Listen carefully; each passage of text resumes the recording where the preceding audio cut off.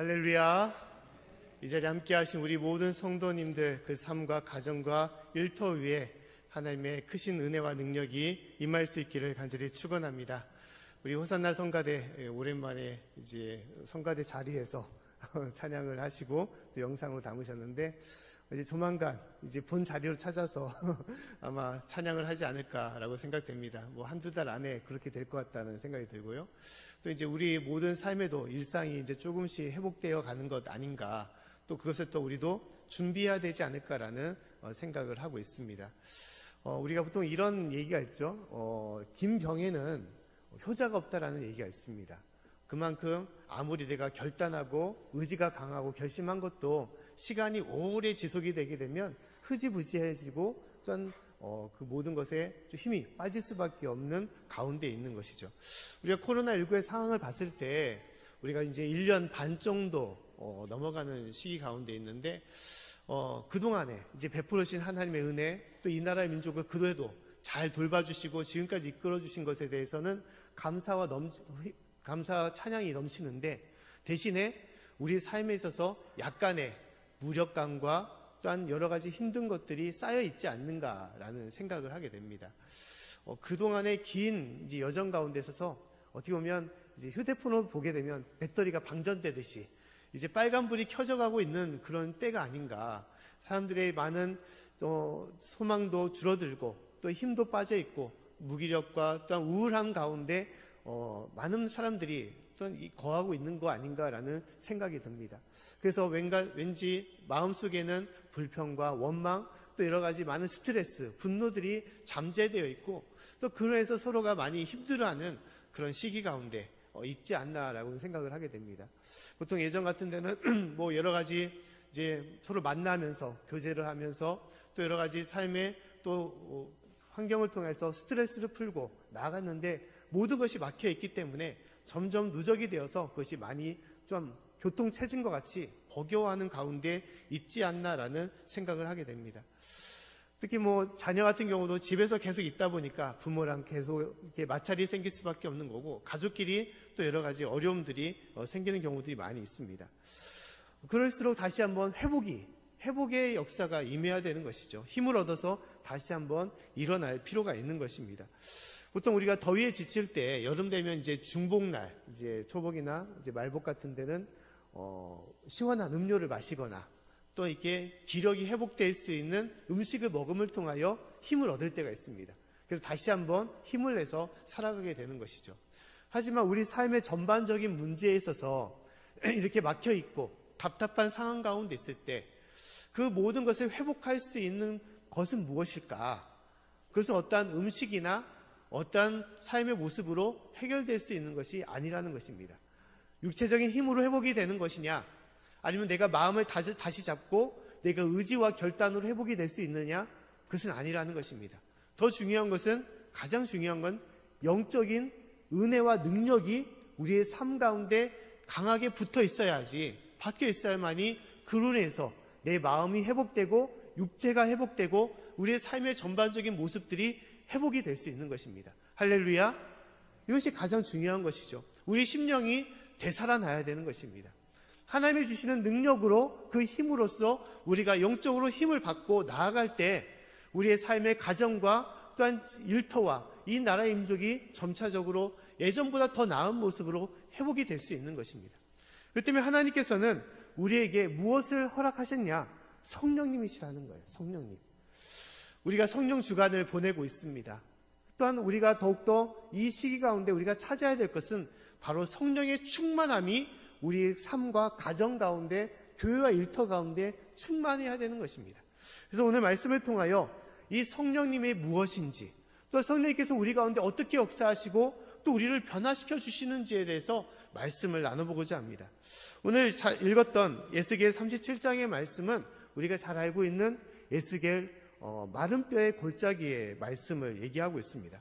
하나님께서 어느 날 에스겔을 어떻게 했냐, 그를 강권하여 붙잡으사 골짜기로 데려갔다라고 말하고 있습니다. 깊고 깊은 골짜기였습니다. 하지만 그곳은 또한 어떤 곳이냐, 마른 뼈가, 해골이, 백골이 가득한 그 뼈가 있는 골짜기였음을 얘기하고 있습니다. 그 골짜기를 지나가게 하셨던 거예요. 에스겔의 선지자의 마음이 어떠했겠습니까? 우울하고 절망스럽고 비참할 수밖에 없는 거죠. 공포스러운 가운데 있었던 것입니다. 그때 하나님께서 에스겔 선지자에게 다음같이 말씀을 하셨습니다. 다음같이 질문했습니다.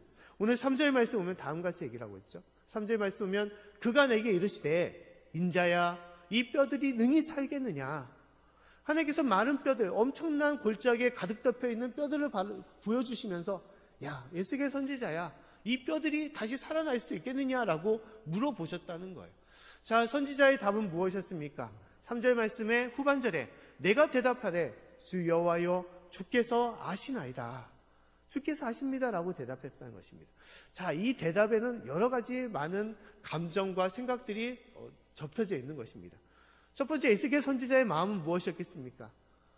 불가능한 것이죠. 어떻게 뼈들이 그렇게 가득한데, 그것도 갓 죽은 것도 아니고 죽은 사람이 살아나는 것도 대단한 건데, 이 엄청난 백골들이 다시 사람이 되어서 움직이고 회복된다는 것은, 이것은 사람의 생각으로는 불가능한 것이죠. 있을 수 없는 것입니다. 하지만 더불어 또 다른 생각은 무엇입니까? 하나님이시라면, 모든 만물을 창조하시고 또한 생명과 능력을 주시는 하나님이시라면 그것은 가능할 수도 있지 않느냐라는 생각을 가질 수도 있는 것입니다. 그래서 선지자의 답은 무엇이었습니까? 주 여호와여 주님만이 모든 것을 아십니다. 나는 모르지만 주님만은 아실 수 있습니다라고 대답을 했던 것입니다. 그러자 예수님께서, 하나님께서는 이 에스겔 선지자에게 다음같이 말씀을 했습니다. 우리 5절과 6절 말씀 한번 같이 읽어보겠습니다. 자, 5절과 6절 말씀 제가 한번 읽어드릴까요? 5절, 6절 우리 성경책 같이 한번 읽어보겠습니다. 자, 시작. 주 여호와께서 이 뼈들에게 말씀하시기를 내가 생기로 너에게 들어가게 하리니 너희가 살리라. 너희 위에 힘줄을 두고 살을 입히고 가죽으로 덮고 너희 속에 생기를 두리니 너희가 살리라. 또 나 여호와인 줄을 알리라 하셨다 하라. 아멘. 자, 에스겔 선지자에게 대언하라라고 얘기했습니다.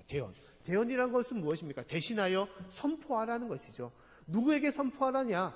마른 뼈들에게 선포하라라고 얘기를 했다는 거예요. 들을 수도 없고 말할 수도 없는 그 마른 뼈들에게 하나님께서는 대신 선포하라라고 말했습니다. 그 선포하는 내용은 무엇입니까? 내가 하나님께서 너희들에게 생기를 불어넣어 주겠다, 들어가게 하겠다라고 말씀하시는 것입니다.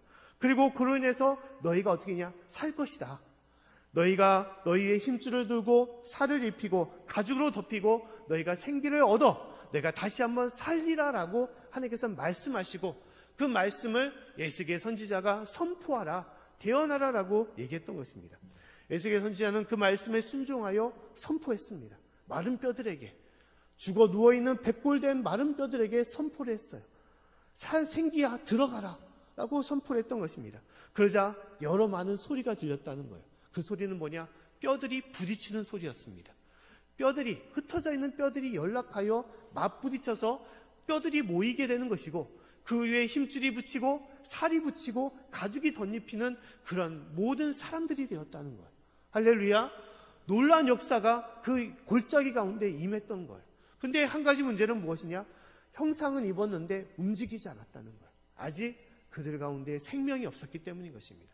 그래서 하나님은 다시 한번 에스겔 선지자에게 선포하라 또 말씀하십니다. 이번에는 누구에게 선포하라는 것이냐? 생기들에게 선포하라고 말씀하고 있어요. 우리 9절 말씀을 한번 또 읽어보겠습니다. 자, 시작. 또 내게 이르시되 인자야 너는 생기를 향하여 대언하라. 생기에게 대언하여 이르기를 주 여호와의 말씀에 생기야 사방에서부터 와서 이 사망을 당한 자에게 불어서 살게 하라 하셨다 하라. 아멘. 자, 생기를 향하여 선포하라는 것은 무엇입니까? 사방에서 이 생기들이 다 와서 이 죽은 자, 이 형상만 갖춘 자들에게 들어가서 그들을 생명을 주고 살게 하라라고 말씀하셨다는 것입니다. 에스겔 선지자는 그 말씀에 순종하여 생기들에게 선포했습니다. 이 마른 뼈들, 이 사람의 형상을 갖춘 이들에게 들어가라라고 선포한 것이죠. 그러자 그들이 들어가서 놀라운 역사가 이루어졌음을 얘기하고 있습니다. 우리 10절 말씀을 다시 한번 또 읽어보겠습니다. 자, 시작. 이에 내가 그 명대로 대언하였더니 생기가 그들에게 들어가매 그들이 곧 살아 일어나서 서는데 극히 큰 군대가 되었더라. 아멘. 그들이 생기가 그들 가운데 들어오니 그들이 살아 움직이기 시작했다는 것입니다. 사람이 되었고 심지어 그들이 거대한 무리가 되어서 어떻게 됐냐? 군대가 되었다는 것입니다. 이것이 놀라운 에스겔 골짜기의 환상의 모습이었습니다. 근데 하나님은 왜 이것을 에스겔 선지자에게 보여줬습니까? 영화를 촬영하듯이 엄청난 죽은 사람이 살아나는 거, 뼈들이 움직이는 그런 이상한 모습을 연출하고자 선지자에게 보여줬습니까? 그것이 아니었습니다. 이 모든 환상의 근본적인 의미는 무엇이냐? 이스라엘 백성들을 향하신 하나님의 말씀이에요. 이 마른 뼈들은 누구냐? 바로 이스라엘 백성이라는 것입니다. 당시 이스라엘 백성들은 어떤 사람들이었습니까? 나라를 잃고 포로가 되어서 바벨론 땅 그랄 강가에서 그들이 슬퍼하며 절망 가운데 있었던 백성들이었습니다. 그들을 향하여 하나님께서는 대신 말씀하라고 선포했던 것입니다. 11절 말씀 보면 하나님께서는 덧붙여 다음같이 말씀을 하고 있습니다. 우리 11절 말씀 같이 한번 읽어보겠습니다. 자, 시작. 또 내게 이르시되 인자야 이 뼈들은 이스라엘 온 족속이라. 그들이 이르기를 우리의 뼈들이 말랐고 우리의 소망이 없어졌으니 우리가 다 멸절되었다 하느니라. 아멘. 자, 이 마른 뼈들은 누구라는 것입니까? 이스라엘 백성들이에요. 포로가 되어서 재산을 다 잃고 나라와 민족도 다 잃어버리고 가족과 뿔뿔이 흩어지고 이제 종으로서 노예로서 살아가는 이스라엘 백성들입니까? 그들의 내일이 어디 있습니까? 그들의 소망이 어디 있겠습니까? 아무것도 없는 거예요. 살아있어도 살아있는 것 같지 않고 그냥 하루하루를 버티며 살아가는 그러한 절망 속에 있는 이스라엘 백성들이었습니다. 그들이 말하기를 우리는 멸절되었다라고 고백을 하고 있는 가운데 있었던 것이죠. 그들의 모습이 무엇입니까? 살아있어도 뼈라는 거예요. 마른 뼈들, 죽은 자라는 것입니다. 아무 의미가 없는 삶이라는 거예요. 근데 하나님은 그들이 어떻게 했냐? 변화되기를 원하셨다는 거예요. 그들이 살아 역사하기를 원하는 것이고 그들 가운데 주님의 소망이 임하기를 원하는 것이고 그들이 그 땅 가운데 회복되어 주님 앞에 서기를 주님의 참된 백성과 주님의 참된 성도가 되기를 원하셨다라고 말씀하고 있습니다. 그래서 하나님은 12절과 14절 말씀에 다음같이 말씀을 하고 있습니다. 우리 12절 14절 말씀 같이 한번 읽어보겠습니다. 자, 시작. 그러므로 너는 태어나여 그들에게 이르기를 주 여호와의 말씀에 내 백성들아 내가 너희 무덤을 열고 너희로 거기서 나오게 하고 이스라엘 땅으로 들어가게 하리라. 내가 또 내 신을 너희 속에 두어 너희로 살게 하고 내가 또 너희를 너희 고토에 거하게 하리니 나 여호와가 이 일을 말하고 이룬 줄을 너희가 알리라. 나 여호와의 말이니라 하셨다 하라. 아멘. 하나님께서 이 죽은 것 같은 이스라엘 백성들, 백골과 같은 이스라엘 백성들에게 말씀하기를 내가 너희 무덤을 열고 너희 원래 있던 본향 땅 이스라엘 땅으로 돌아가게 하겠다라고 말씀하고 있는 것입니다. 내가 너희 속에 신을 두어 생기와 성령을 불어넣어줘 너희로 다시 한번 살게 하여 너희 고토 이스라엘 본향 땅으로 돌아가게 한다라고 말씀을 하고 있다는 것입니다. 이것이 하나님의 놀라운 역사인 거예요.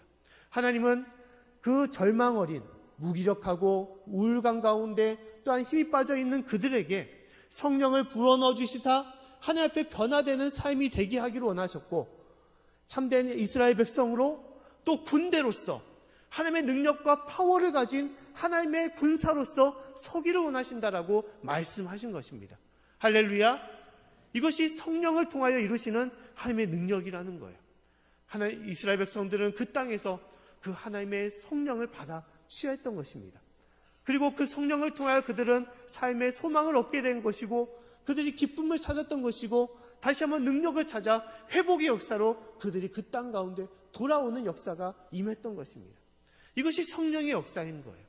하나님께서는 우리 삶에 지치고 무겁고 힘든 가운데 절망과 고통 가운데 있는 우리들에게 생긴 하나님의 성령을 불어넣어 주시기를 원하시는 것이고 우리가 변화되기를 원하시는 것입니다. 사랑하는 성도 여러분, 진실로 이러한 놀라운 역사가 저와 여러분의 삶 가운데 임할 수 있기를 간절히 축원합니다. 이것이 성령의 역사인 거예요. 자, 신약에서도 이러한 성령의 역사와 능력을 하나님께서 우리에게 보여주셨습니다. 성령은 지금의 시대는 성령의 시대인 것입니다. 이 성령의 시대가 온 것은 예수님께서 부활하셔서 승천한 이후에 그 이후에 하나님께서 성령님을 이 땅에 보내셔서 우리 가운데 지금도 함께하도록 인도해 주신 것입니다. 그 첫 번째 성령님께서 이 땅에 오셨던 그 날이 오순절 강림 사건의 날인 것입니다. 사도행전 2장에 보면 하나님께서 성령님을 이 땅에 어떻게 보내셨는지에 대해서 말씀을 하고 있습니다.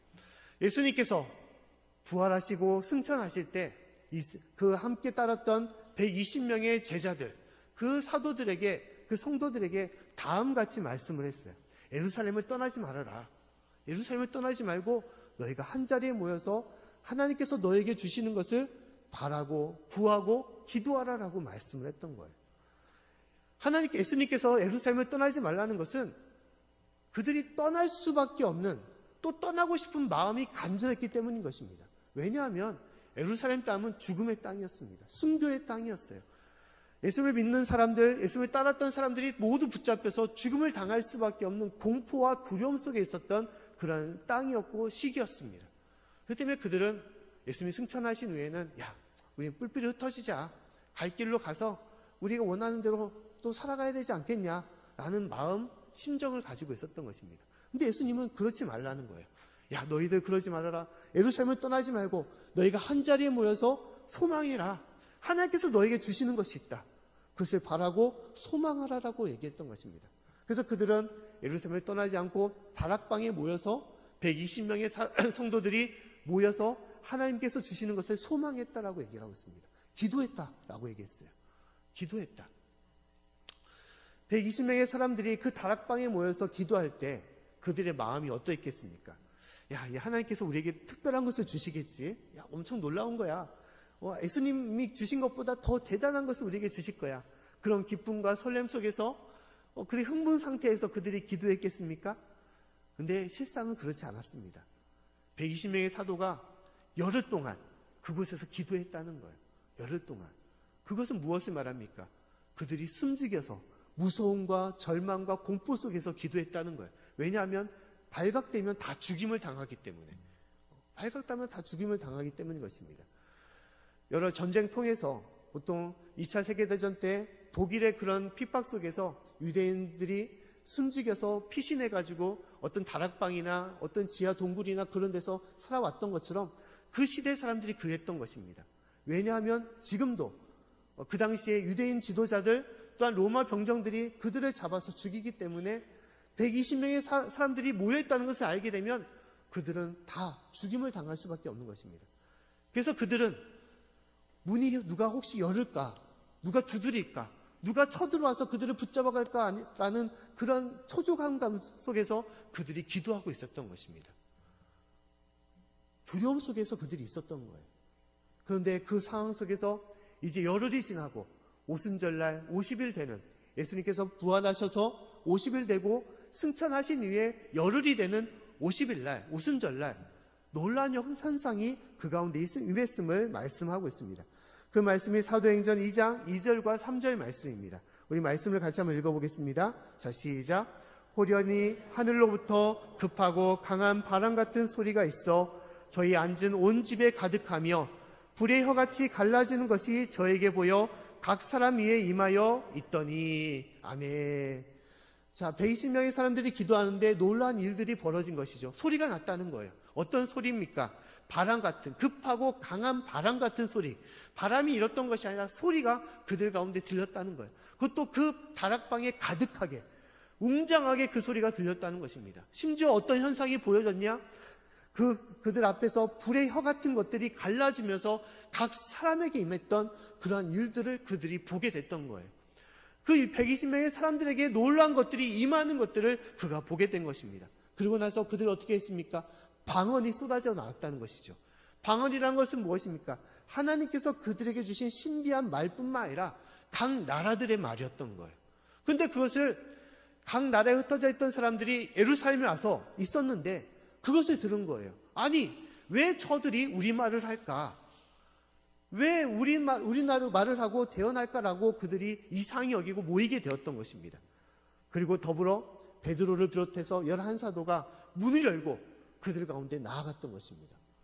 전에는 그들이 붙잡힐 것 같아서 문을 꼭꼭 걸어 잠기고 기도하고 있었는데 소리 한 방울도 내지 않고 그들은 침묵으로 기도하고 있었는데 그들이 문을 열었다는 거예요. 문을 열고 그들을 바라보는 이들을 향해서 그들이 선포했던 것입니다. 하나님의 말씀을, 예수 그리스도의 말씀을 그들이 선포하게 있었다는 거예요. 14절 말씀 오면 다음같이 말씀을 하고 있습니다. 사도행전 2장 14절 말씀을 같이 한번 읽어보겠습니다. 자, 시작. 베드로가 11사도와 같이 서서 소리를 높여 가로되 유대인들과 예루살렘에 사는 모든 사람들아, 이 일을 너희로 알게 할 것이니 내 말에 귀를 기울이라. 아멘. 자, 모든 유대인들, 그 가운데 함께 있는 예루살렘에 있는 모든 사람들에게 말하기를 내 말에 귀를 기울여라 라고 얘기했던 거예요. 하나님의 말씀을 너에게 선포하기를 원한다. 내 말을 귀를 기울여라. 주 예수님의 말씀이다 라고 그들이 얘기했던 것입니다. 주의 말을 말하는 자, 주의 말씀을 선포하는 자는 죽음밖에 없습니다.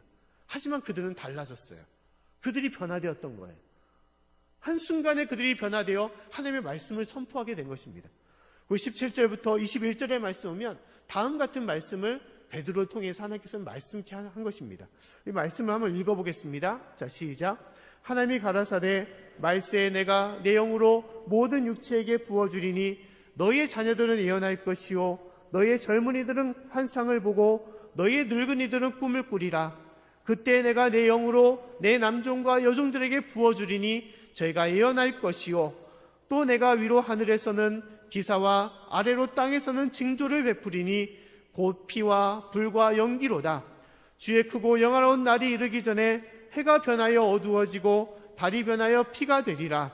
누구든지 주의 이름을 부르는 자는 구원을 얻으리라 하였느니라. 아멘.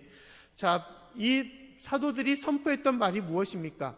하나님의 영이 모든 육체에게 부어 들어가게 되면 자녀들은 예언을 할 것이고 젊은이들은 환상을 보게 될 것이고 또한 나이 많은 늙은이들, 어르신들은 꿈을 꾸리라 라고 말씀을 하고 있습니다. 더불어서 남종과 여종들, 모든 종된 이들조차도 저희가 예언을 할 것이다 라고 말씀을 하고 있어요. 그 마지막에는 누구든지 주의 이름을 부르는 자는 어떻게 되냐? 구원을 얻으리라 라고 말씀을 한 것입니다. 예수님의 이름을 부르는 자는 체포를 당하고 죽음을 당할 수밖에 없는 것입니다. 하지만 베드로는 그 주님의 이름을 부르게 된 것이고 선포함을 통하여 구원을 얻을 것이라고 그들에게 담대히 또 당당히 말씀을 선포하게 된 것입니다. 이것이 그들에게 임했던 놀라운 거예요. 방언을 하고 또 여러 가지 불의 혀 같은 것들이 그들에게 쏟아지고 또 여러 많은 큰 소리가 들렸다고 해서 그들에게 큰 기적이 일어났던 것이 아니라 더 놀라운 것은 그들의 모든 삶의 심령들이, 그 모든 삶이 바뀌게 되는 그 모든 것을 하나님께서 보여주신 것입니다. 이것이 성령의 역사인 거예요.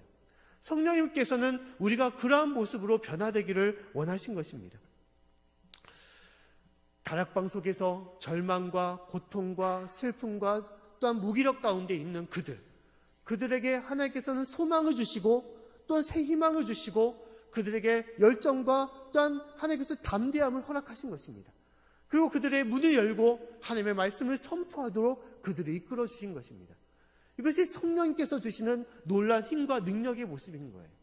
보통 우리가 성령을 생각한다면 방언의 은사와 치유의 영사와 또 예언의 은사를 생각할 때가 많이 있습니다.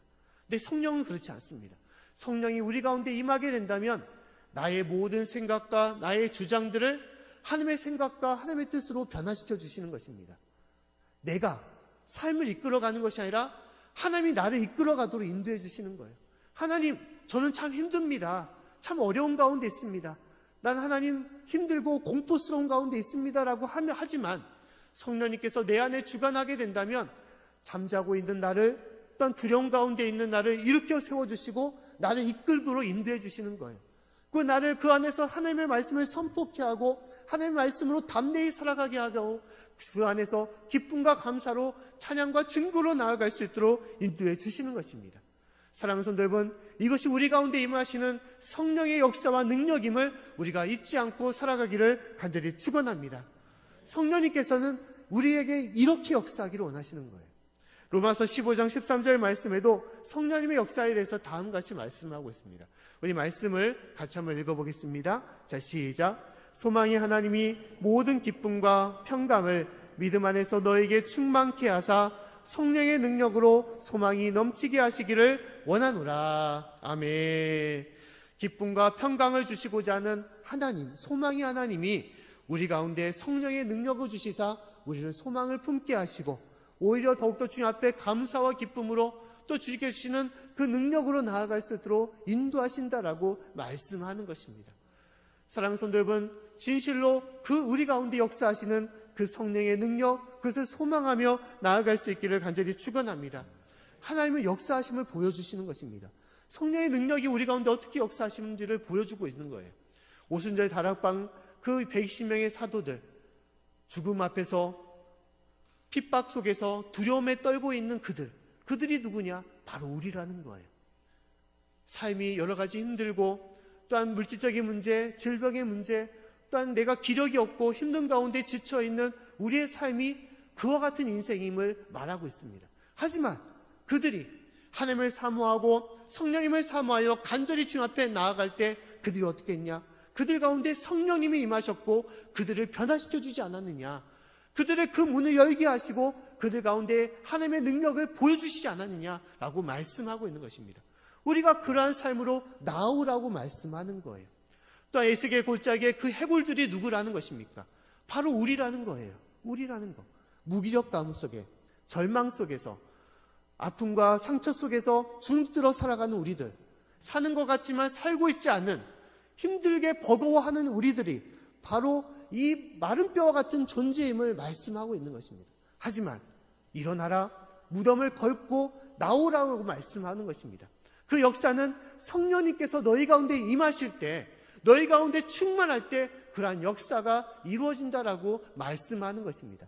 사랑하는 성도 여러분, 진실로 우리 가운데 성령님의 함께 하시사 우리의 심령과 우리의 마음과 우리의 삶을 변화시켜 주시고 또 주님께 주시는 담대한 은혜로서 우리가 세상을 이기며 또한 승리하는 삶이 될 수 있기를 간절히 축원합니다. 그 때문에 우리는 성령님을 사모하셔야 돼요. 성령님의 충만함이 우리 가운데 임하시는 것을 우리는 바라야 되는 것입니다. 우리가 교회에 나온다, 우리가 기도한다, 찬양하고 말씀을 듣는다, 그러면 성령님께서 함께 하시겠지. 단순하게 그렇게 믿고 행한다고 이루어지는 것이 아닌 것입니다. 사모함이 있어야 되는 것입니다. 간절함이 있어야 되는 거예요. 진실로 주님께서 함께 하야만이 내가 살 거라는 믿음으로, 소망으로 주님께 나아가야 되는 것입니다. 에슬고의 마른 뼈들이 다시 살 수 있는 것은 오직 주님만이 함께 할 때, 성령님께서 그 가운데 임할 때 그들이 살아난다는 것을 우리가 소망하며 나아가는 것처럼, 또한 다락방에서 120명의 사도들에게 오직 희망이 하나님이시고 성령님이라는 것을 그들이 사모하며 기도했던 것처럼, 그런 간절한 기도와 소망이 우리 가운데 임할 때 성령님께서 역사하시는 것입니다. 할렐루야. 닫혀있는 우리의 마음의 문을 열고 주님께 나아가야 되는 것입니다. 진실로 세상을 소망하는 것이 아니라 세상의 그 어떤 환경이 바뀌어야만이 내가 좀 더 나아지겠지. 그래, 코로나가 어느 정도 다 편안해야지 회복되겠지. 절대 그렇지 않습니다. 삶이 바뀐다고 회복되는 것입니까? 심령이 바뀌지 않는데, 마음이 바뀌지 않는데 회복되겠습니까? 절대 회복이 되지 않습니다. 기력은 기력대로 빠져있고 우리의 정신과 우리의 심령이 다 죽어가고 있기 때문에 삶이 바뀐다고 변화되지 않은 거예요. 중요한 것은 심령이 바뀌어야만이, 바뀔 수 있는 성령이 우리 가운데 임해야만이 우리의 가정과 우리의 삶과 우리 나라의 민족이 바뀌게 되는 것입니다. 할렐루야. 주님께서 우리가 그 가운데 역사하기를 원하시는 거예요. 주님 앞에 사모함으로 나올 때만이 성령님께서 우리 가운데 임하게 되시고 우리를 이끌어 주시는 것입니다. 사랑하는 성도 여러분, 성령의 충만함을 입고 주님 앞에 온전히 변화되어 회복의 길로, 또 주님께서 예비하시는 축복의 길로 나아갈 수 있기를 간절히 축원합니다. 성령의 충만함이 우리 가운데 임해야 되는 것입니다. 이러한 이야기가 있습니다. 20세기 초에, 그러니까 1900년도 초죠. 중국의 유명한 부흥사이자 목사님이신 분이 있습니다. 그분의 이름이 워치만 이라는 그러한 목사님이십니다. 이 목사님은 이제 중국에 있는 공산 정권하에 마지막에는 70이 넘어서 그가 순교를 당하고 죽음을 맞이했습니다.